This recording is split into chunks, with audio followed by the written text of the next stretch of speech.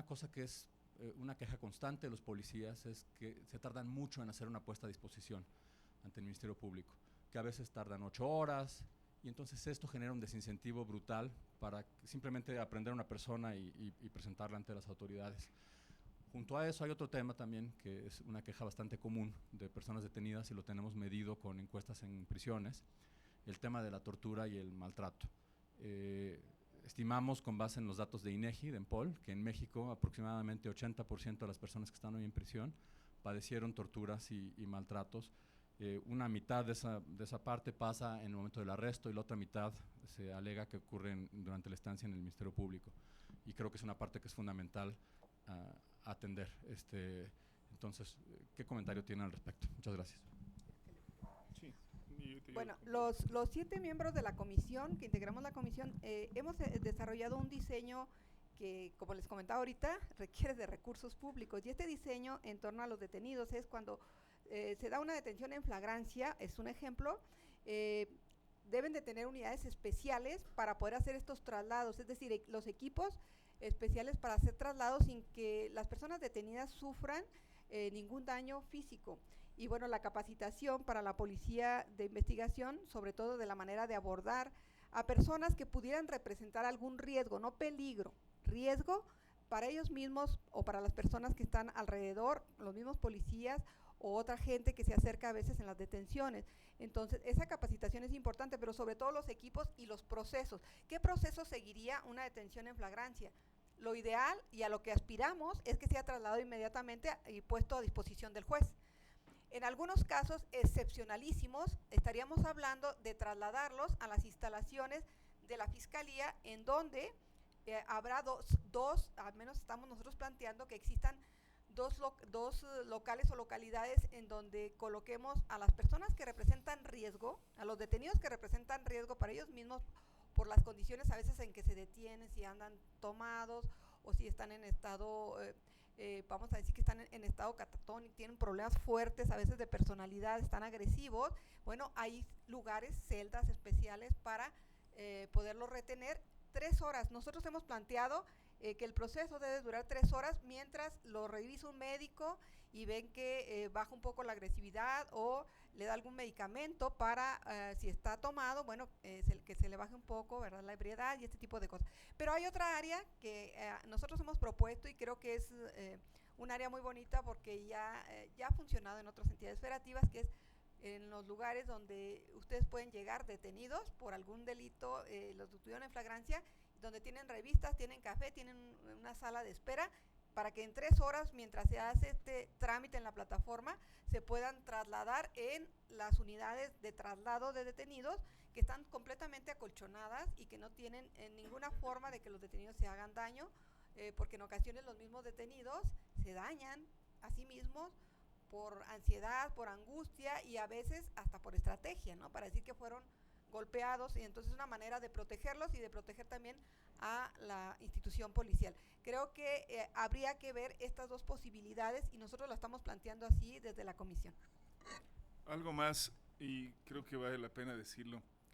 De las cosas que tenemos todavía arrastrando es que seguimos llamándole a algunos lugares donde tenemos detenido galeras, un término que no es ni el más adecuado y que si uno los ve, pues sí, tienen las características no de ser un lugar el más apropiado para tener a una persona detenida, y los podemos poner ahí porque no pagaron a tiempo su pensión o porque acaban de cometer un delito grave, y eso no es de ninguna manera lo más apropiado ni lo que queremos que resulte. Pero este cambio no se hizo también efectivamente pensando en esas instalaciones y en muchos de los casos no pensando en el detenido. Sin duda es una de las tareas, y como lo ha señalado bien la doctora Patricia, el hecho de repensarlo, incluso lo que dijo ahora mismo, un lugar donde tengas a alguien que pueda estar sentado, tener revistas, puede parecer así, bueno, o sea, ¿de qué se trata, no? Imagínense nada más, ¿no? Al rato les van a dar un churro para que estén a gusto. Eso no es el sentido, ni mucho menos, sino tiene que ver con esta idea nueva y el concepto de lo que estamos trabajando. No va a ser una tarea sencilla, creo que también va a pasar por esta construcción, ¿no? Digo, sabemos que ha habido lugares todavía aquí en la ciudad en donde tenemos probables linchamientos en proceso en Coajimalpa o en Milpalta, y van sobre las agencias y lo que hay que hacer es llevarnos al detenido o probable responsable a un lugar distinto porque se puede cometer de verdad un linchamiento y tenemos otro tipo de delito. Entonces, bueno, también es un tema de cambio cultural, tendremos que trabajar fuertemente.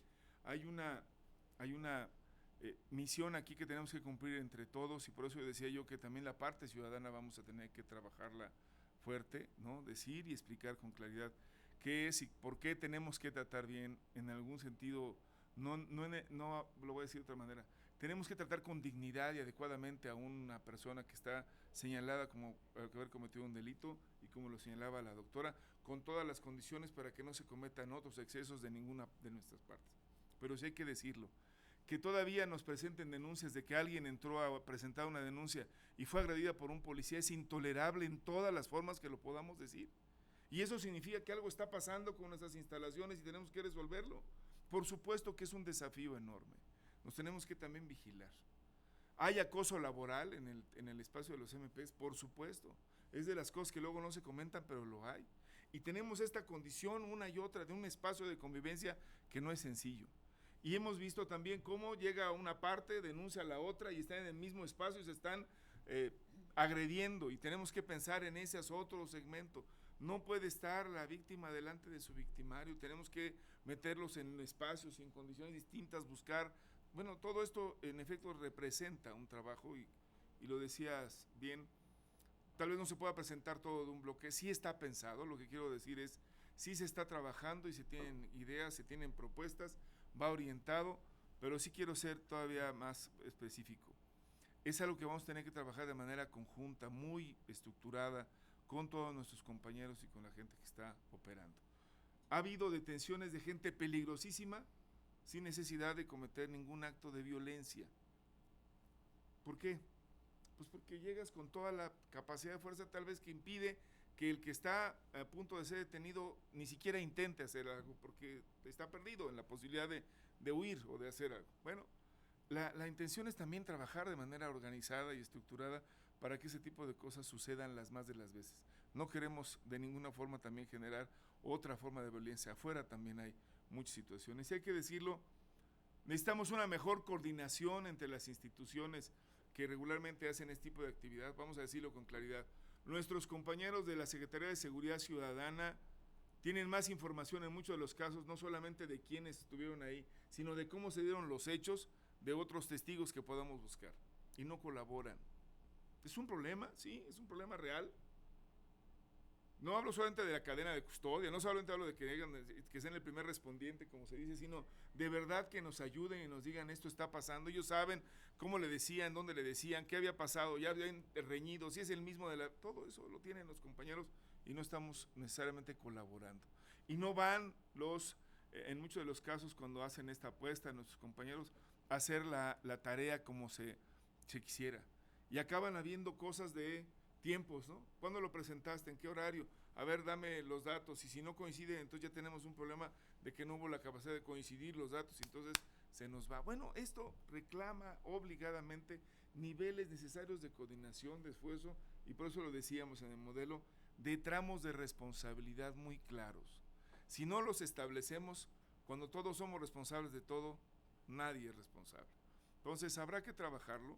Y yo solamente quisiera comentar algo que además a mí también me parece que va por aquí. Ahora que hemos estado trabajando con el tema de la unidad de homicidios, les quiero decir que seguimos teniendo una práctica que tal vez no sea la más adecuada, pero tenemos un instituto de ciencias forenses que recibe el cadáver una vez que ya pasó por las manos de la Procuraduría. Y esto ha hecho otra ruta. Digo, ahorita hablamos de detenido, también quiero decirles que ese es otro tema.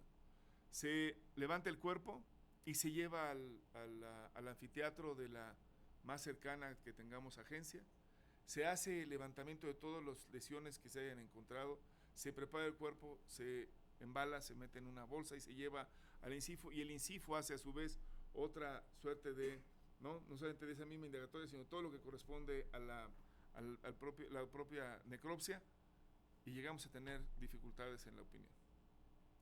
Y saben, eso no puede seguir sucediendo tampoco. Necesitamos también no solamente un nivel de coordinación, por eso quería mencionarlo, perdón, tal vez siempre este tipo de cosas puedan ser difíciles, pero hasta el tema de los desechos orgánicos que quedan en la calle. después de que se haya cometido un homicidio, tener un problema de quién lo coordina, quién lo hace, ¿no? Pues llega Servicios Urbanos y lava, ¿no? Y ya, eso es lo que tenemos que hacer.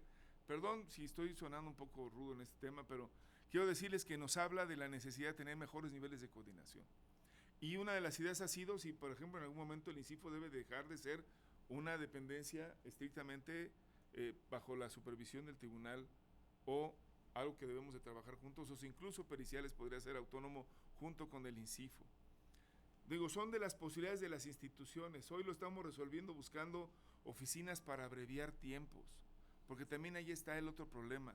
Las personas que mueren, bueno, desafortunadamente ya se les va a hacer todo el tratamiento, y la familia, este peregrinar de ir, ¿dónde está, no, mi pariente? ¿Cuándo me lo entregan? ¿Qué pasó? ¿Cómo va a ser? Fíjese que espérese tantito, ¿no? Hay toda una historia alrededor de esto y no necesariamente un tratamiento para esas víctimas de manera adecuada. Entonces sí podemos aspirar de verdad a mejorar los servicios, porque tenemos muchas cosas cercanas. Hemos visto que faltan embones, por eso bien lo dice la doctora, no necesariamente tenemos que copiar lo que se hace en otros lados, sino cómo hacemos que las prácticas que tenemos hoy las adecuamos para que sean buenas prácticas y desechamos las cosas que no son apropiadas. Y finalmente decirlo, sí, también en todo eso se requieren un montón de dineros. Es dificilísimo imaginarnos no tener buenos laboratorios, hacer excelente, mejor capacitación de trabajo para nuestros servicios periciales, pero también hay que decirlo, necesitamos vehículos para que lo hagan. En otras partes del mundo van directamente por los cuerpos, en lugar de los hechos, de la lista que tienen del catálogo de funerarias, y se lo llevan directamente al servicios forenses y hacen toda la práctica. Acá hacemos un peregrinar con los cadáveres enorme. ¿Podemos simplificarlo? ¿Podemos adecuar a nuestra realidad y hacerlo como podemos? Bueno, requiere tener ambulancia, requiere tener servicios, requiere tener trabajo. Todo eso son cosas que van, y por supuesto tienen que ver también con los compañeros que hacen el trabajo. O sea, ¿quién hace eso? ¿Quién se encarga de esto? ¿Cómo lo hace? ¿Qué capacitación, qué apoyos? Que decía nuestra compañera, no es una tarea sencilla, no todos la pueden hacer. A muchos de nosotros a lo mejor no nos daría ni ganas de platicarlo, pero es una realidad que se tiene que prestar ese servicio, y se requieren apoyos, suplencias, tiempos, condiciones, descansos, que reclaman más personal, igualmente más recursos, apoyos. Así que la tarea, por eso digo, sí es enorme, sí hay que cruzar estos elementos, pero tenemos que hacerlo. Lo que no podemos decir es, ya sabemos que ahí está todo, siempre ha estado, bueno, pues ahora es el momento, es el tiempo de decir que esta es la hora de empezar a hacer que las cosas cambien. Si no nos lo proponemos, nunca va a ocurrir. Gracias.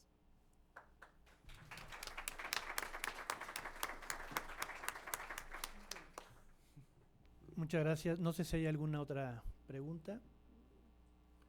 Si no, entonces le pedimos a continuación a la doctora Yolanda Legorreta Carranza, directora general jurídica de la ANUYES, que sea tan amable de clausurar este foro y los trabajos desarrollados durante este día, por favor.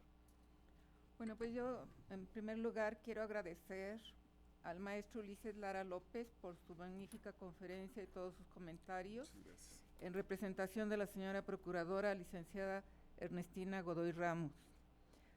Agradecer también a todos los asistentes a este foro hacia una Fiscalía General de Justicia de la Ciudad de México eficiente, transparente y garante del derecho de acceso a la justicia, organizado por las instituciones de educación superior que conforman el Consejo Regional del Área Metropolitana de la NUYES, la Procuraduría General de Justicia de la Ciudad de México y el Instituto de Investigaciones Jurídicas.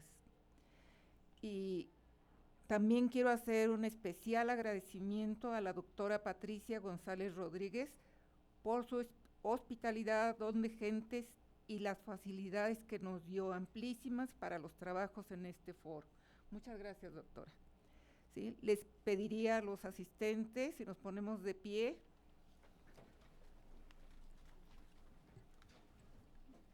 para clausurar este 30 de agosto de 2019, siendo las 18 horas con 40 minutos los trabajos de este foro. Muchísimas gracias a todos los asistentes, a todos los demás. Muchas gracias.